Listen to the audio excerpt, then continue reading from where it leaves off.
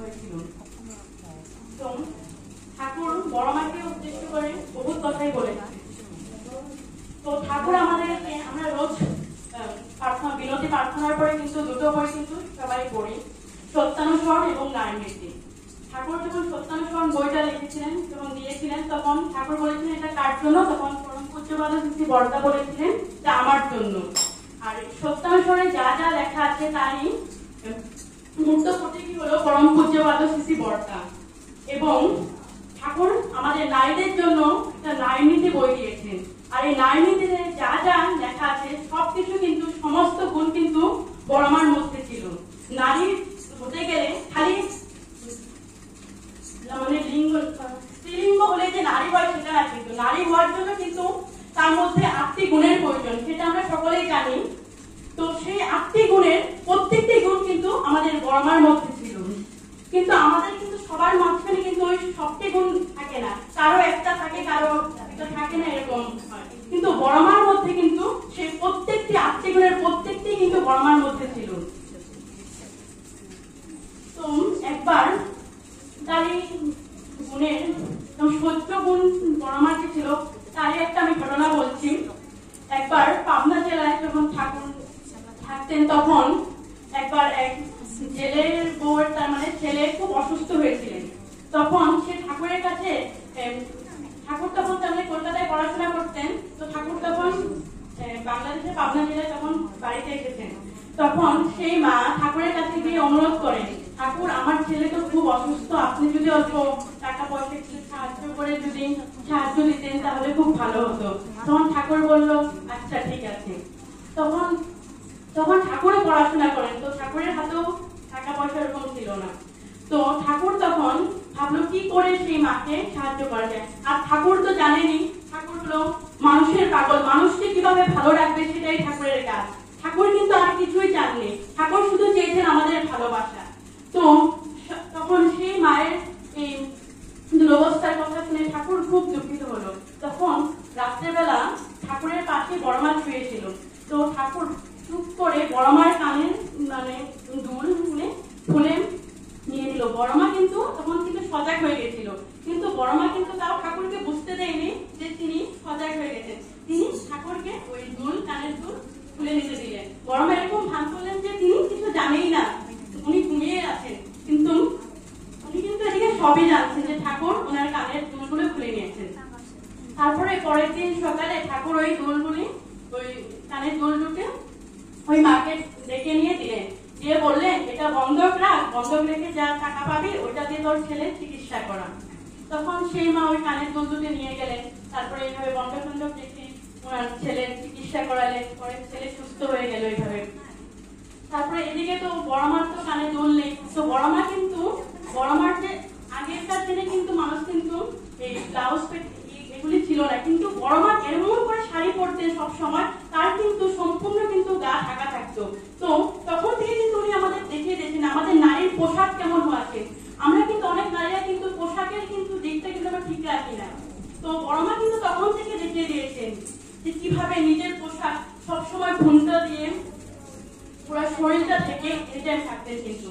তো তাই অনেকে বুঝতে পারেনি, তখন বড়মা তো কানের দুলগুলি তো ঠাকুর নিয়ে নিলেন রাত্রে। তো তাই বড়মা ওই দিন সুন্দর করে আরো বেশি করে তার মানে কান দুটি ঢেকে রাখলেন। তো এইভাবে সব কাজ করছেন, ঘরে সব কাজ করছেন। তারপরে হঠাৎ করে মাতা মনমোহিনী দেবীর চোখে পড়লো যে বড়মার কানে ওই দুল দুটি নেই। তো বড়মাকে জিজ্ঞাসা করলেন, বড় গো তোমার কানের দুল দুটি কি হলো?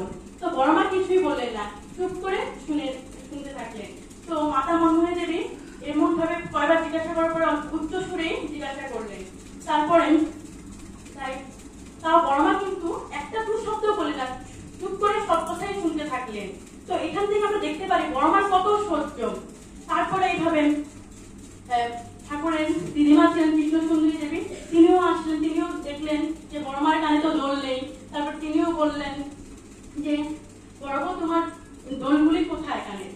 তারপরে তারা সন্দেহ করতে লাগলেন যে বড়মা নিজের দোলগুলি নিজের বাপের বাড়ির কাউকে পাঠিয়ে দিয়েছেন, তাই তখন তারা সবাই তাই ভাবতে লাগলেন। কিন্তু বড়মা কিন্তু একটা দু শব্দ বললেন না যে এটা আপনার ছেলে নিয়ে নিয়েছে। তো আমাদের কিন্তু সাধারণ নারীরা কিন্তু ডাইরেক্ট বলে দিবেন শাশুড়িকে যে আপনি আমাকে বকাবকি করছেন, আপনার ছেলেই তো নিয়ে কিন্তু বড়মা কিন্তু এটা করলেন না।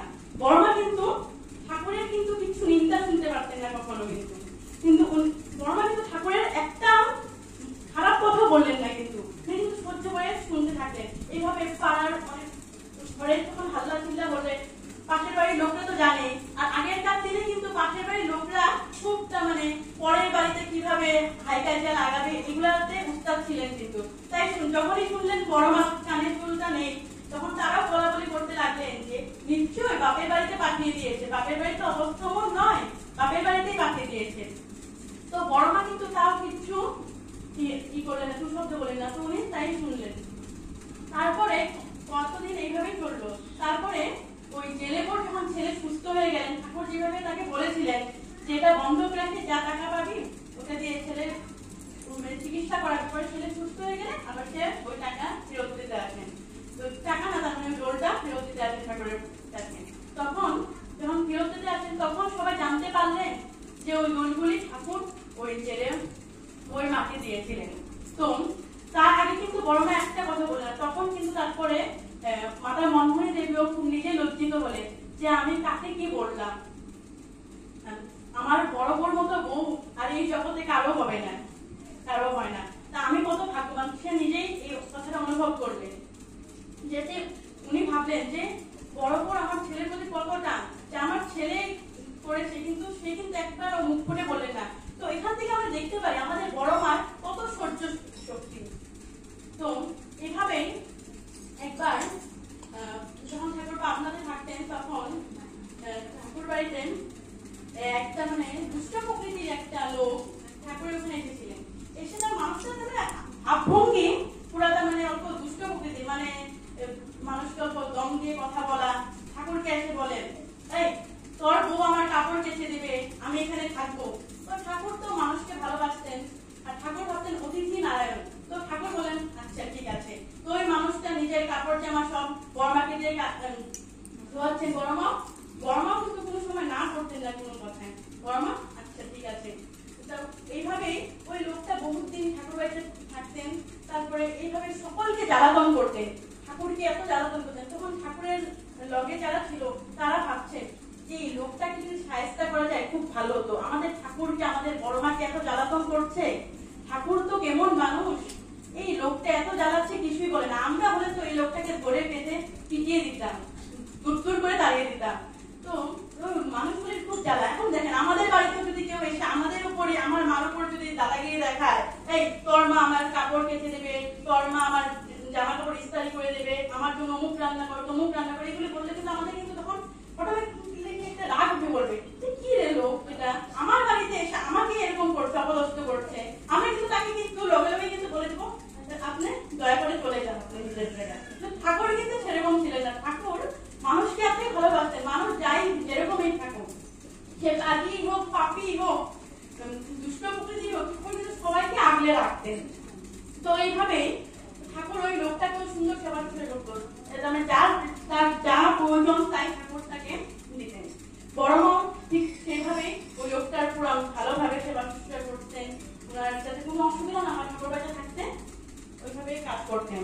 তো একদিন ঠাকুর মালুম পেতেন ঘরে মাঝিয়াতে শুয়ে আছে দুপুরে, তখন আশ্রমের বাকি বাসিন্দাগুলি ভাবছে, ঠাকুরের সাথে থাকা লোকগুলি ভাবছে আজকে একটা সুযোগ, ঠাকুর তো এখন ঘুমে আছে, এই লোকটাকে এখন আমরা সাহায্য করবো। তো তারা সবাই মিলে ওই লোকটাকে পিছনে হাতে লাঠি ডান্ডা নিয়ে ছুটলো সবাই, লোকটাকে মেরে মেরে। লোকটা তো মানুষের মারে খেয়ে আর কি করবে, দৌড়ে দৌড়ে এসে ঠাকুর যে রুমে শুয়েছিলেন ওই রুমে এসে মাদুরের মধ্যে ঠাকুরের উপরে পাও দিয়ে পাও চাপনা করে ঠাকুরকে বলছে, এই উঠ, তোর লোকগুলি আমাকে মেরে কি করছে। তখন ঠাকুর ফট করে ঘুমের থেকে উঠে শুয়ে থাকার থেকে উঠে নিয়ে নিজের লোকগুলি খুঁজায়, ওকে মারছিস কেন, ওকে মারছিস কেন। তো তারা বলছে আরে এই লোকটা আপনাকে এত জ্বালাতন করছে, আপনাকে এত অসুবিধা করছে, তাও আপনি কেমন মানুষ ঠাকুর, এই লোকটাকে একটুকু করছেন না। তখন ঠাকুর বলছে না। তারপর ঠাকুর সবাইকে মারধর ভুলে ওদেরকে না করে ওই মানুষটাকে আবার বসিয়ে সুন্দরভাবে সেবা শুশ্রূষা করলেন। তো এইভাবে কিন্তু ওই মানুষটা পরে আস্তে আস্তে ভালো হয়ে গেলেন। তখন সে কিন্তু নিজের ওই দোষগুলি বুঝতে পারলেন যে তিনি তার উপরে পাও চালনা করলেন, তিনি যে স্বয়ং এই ত্রিভুবনের মালিক, তখন সে কিন্তু বুঝতে পারবে। তো এইভাবেই কিন্তু এখান থেকে আমরা দেখতে পারি বড় মার কত সহ্য শক্তি ছিল। আর ঠাকুর কিন্তু বড় মাকে পছন্দ করে অনেক কথা বলেছিলেন। ঠাকুর বলেছিলেন, আমি যদি নারী দেহ নিয়ে যদি জন্মাতাম তাহলে যে রূপ হতো সেই রূপই হলো তোদের বড় মা। আবার ঠাকুর বলেছিলেন, উনি শুধু বড়কার মা না, আমার মা, তোদের মা, বিশ্বের সকলের মা, জগৎ জননী। তো ওখান থেকে আমরা বুঝতে পারি বড় মা শুধু পরম পূজ্যপাদ শ্রী বড়দার না, আমাদের সকলের মা। ঠাকুর আমাকে বলেছেন আমার মা, ঠাকুরের নিজের মা বলেও তার মানে ঠাকুর সম্বোধন করেছেন। জগৎ জননী, বিশ্ব জননী হলো আমাদের পরমারাধ্যা জগৎ জননী শ্রী বড় মা, যাকে আমরা লক্ষ্মী মাতা বলে পূজা করি। তো আমাদের বর্তমান কলিযুগের লক্ষ্মী মাতাই হলো পরমারাধ্যা জগৎ জননী শ্রী বড় মা। তো ঠাকুর কিন্তু আরো একটা দিকে খুব নজর দিয়েছেন। ঠাকুর কিন্তু আমাদের বাসা বাড়ির জন্য পঞ্চলিপি দিয়েছেন, সেটা আমরা সকলেই জানি, সেই বলে আমি সময় নষ্ট করবো না। তো ঠাকুর কিন্তু বর্তমান যুগে কিন্তু আমাদের বিবাহের প্রতি কিন্তু বহুত একটা জোর দিয়েছেন। ঠাকুর বলেছিলেন, যদি সুবিবাহ না হয় তাহলে সুসন্তান হবে না, সুসন্তান না হলে কিন্তু দেশটা কিন্তু উন্নতি হবে না। তাই ঠাকুর কিন্তু আমাদের বিবাহের অনেক নীতি দিয়েছে। তো আমাদের বর্তমান সমাজে কিন্তু আমাদের যেটা যুব প্রজন্ম, তাদেরকে কিন্তু আমরা এই বিবাহ নীতির, যেটা বর্ণাশ্রম বিবাহ বলে একটা ঠাকুরের বই আছে, ওই বইটা কিন্তু সবাই আমরা ডেইলি অল্প হলেও পড়া উচিত। তাহলে আমরা বর্তমান প্রজন্মের ছেলে মেয়েরা জানতে পারবো যে ঠাকুর বিবাহের উপরে কি কি লিখেছেন, যে কিভাবে কোন জাতির মেয়ে, কোন বর্ণের ছেলের সাথে বিয়ে হলে তার সুসন্তান হবে, এগুলো কিন্তু ঠাকুর আমাদেরকে দিয়ে দিয়েছেন। আবার ঠাকুর বলেছেন, যদি কোনো একটা দেশের যদি আমরা যদি অবনতি ঘটাতে চাই, বা কোনো একটা দেশে যদি দেশকে যদি আমরা হারাতে চাই, ওই দেশে যদি প্রতিলোক বিবাহ ঢুকে দিয়ে যায়, তাহলে কিন্তু ওই দেশ ধ্বংস হয়ে যাবে। তার মানে দেখেন, বিবাহটা কোনো খেলনা নয়, কিন্তু বিবাহটা আমাদের অনেকগুলো দিক দেখেই কিন্তু বিবাহ দেওয়াটা প্রয়োজন। ওরকমই কিন্তু আগে যারা পুরুষরা, অবতারী পুরুষরা এসেছিলেন, তারা কিন্তু এই বিবাহের উপরে কিন্তু কিছু বলে যাননি, এবং তাদের কিন্তু বিবাহ ওরকম ঠিক হয়েছিল না, যার জন্য তাদের কিন্তু পরবর্তী প্রজন্মর কিন্তু কোনো হদিস আমরা পাই না। যেরকম ভগবান শ্রীকৃষ্ণ, উনি অবতার ছিলেন, কিন্তু ওনার পরে কিন্তু ওনার প্রজন্ম, ওনার ছেলে, তার কিন্তু আমরা কোনো অনেকে নামও হতে জানি না। যেরকম ভগবান রামচন্দ্রেরও ওরকম তাদের সন্তানের কিন্তু কিছু আমরা জানি না। তাদের কিন্তু ভগবান রামচন্দ্রের যেরকম পরম ভক্ত ছিলেন হনুমান, ওরকম কিন্তু তার কিন্তু ছেলে কিন্তু তার পরম ভক্ত ছিলেন না। কিন্তু আমাদের শ্রী ঠাকুর, যুগ পরিচিত ঠাকুরের কিন্তু পরম ভক্তি হলো পরম পূজ্যপাদ শ্রী বর্দা। তো এখানে আমাদেরকে দেখিয়ে দিলেন যে পিতা পুত্রের মিলটা কেমন হওয়া উচিত, পুত্রের কি পরিমাণে পিতার প্রতি শ্রদ্ধা ভক্তি থাকা উচিত। তো এটা কেন সম্ভব হলো? একমাত্র ঠাকুরের বিবাহটা ঠিক ছিল, তাই কিন্তু এটা সম্ভব হলো। ঠাকুরের যদি বিবাহটা ঠিক না হতো, তাহলে কিন্তু আমরা পরম পূজ্যপাদ শ্রী বর্দার মতো মানুষের ধর্মে পেতাম না, ভগবানকে পেতাম না। তো এখান থেকে আমরা দেখতে পারি যে বিবাহ ঠিক হলে কিভাবে সন্তান ভালো হয়। তো ঠাকুরের এই বিবাহ ঠিকের জন্য কিন্তু ঠাকুর আমাদেরকে পরম পূজ্যপাদ শ্রী বর্দার মতো একজন সন্তান দিয়ে যেতে পেরেছেন। তো আগে যারা মহাপুরুষরা ছিলেন, অবতারী পুরুষরা ছিলেন, তারা অবতার ছিলেন, কিন্তু ঠাকুর হলো কিন্তু অবতার নয়, ঠাকুর হলেন অবতারী পুরুষ, যে নিজে ধরাধামে এসেছেন এবং পরবর্তী প্রজন্ম, নিজের প্রজন্ম দেখে বংশানুক্রমিক হিসাবে আচার্য পরম্পরা দিয়ে গেছেন। আর অবতারী পুরুষরা ওই আচার্য পরম্পরা হিসাবে একজন একজন করে আসছেন। তো ঠাকুরই বলেছেন যে ঠাকুরের যখন না থাকবে, তখন আচার্যই হবে আমাদের আপনতম জন। তো এইভাবেই কিন্তু ঠাকুর আমাদেরকে আচার্য পরম্পরা দিয়ে গেলেন। তো ঠাকুরের পরে ছিলেন পরম পূজ্যপাদ শ্রী বর্দা, তারপরে পরম পূজ্যপাদ শ্রী দাদা, আর তারপরে আমাদের বর্তমান পরম পূজ্যপাদ শ্রী আচার্যদেব। তো আচার্যদেবকে কিন্তু আমরা সবাই আগে বাবাইদা বলে জানতাম। এই নামটা কিন্তু বাবাইদা মুখে বলি। এই নামটার অর্থটা কি জানেন? যখন আচার্যদেবের জন্ম হলো, তখন বর্দা যখন আতুর ঘরে দেখতে গিয়েছিলেন, আচার্যদেবকে দেখেই বললেন বাবাই তো, তার মানে স্বয়ং ঠাকুরই আবার এই ধরাধামে এসেছেন। তো আচার্যদেব হলেন আচরণ সিদ্ধ পুরুষ, বাক সিদ্ধ পুরুষ, ওনার মতো কিন্তু আর দ্বিতীয় কোনো এই ধরাধামে নেই। ঠাকুর যা যা আচরণ করে দেখিয়ে গেছেন, ওই আচরণগুলোই কিন্তু আবার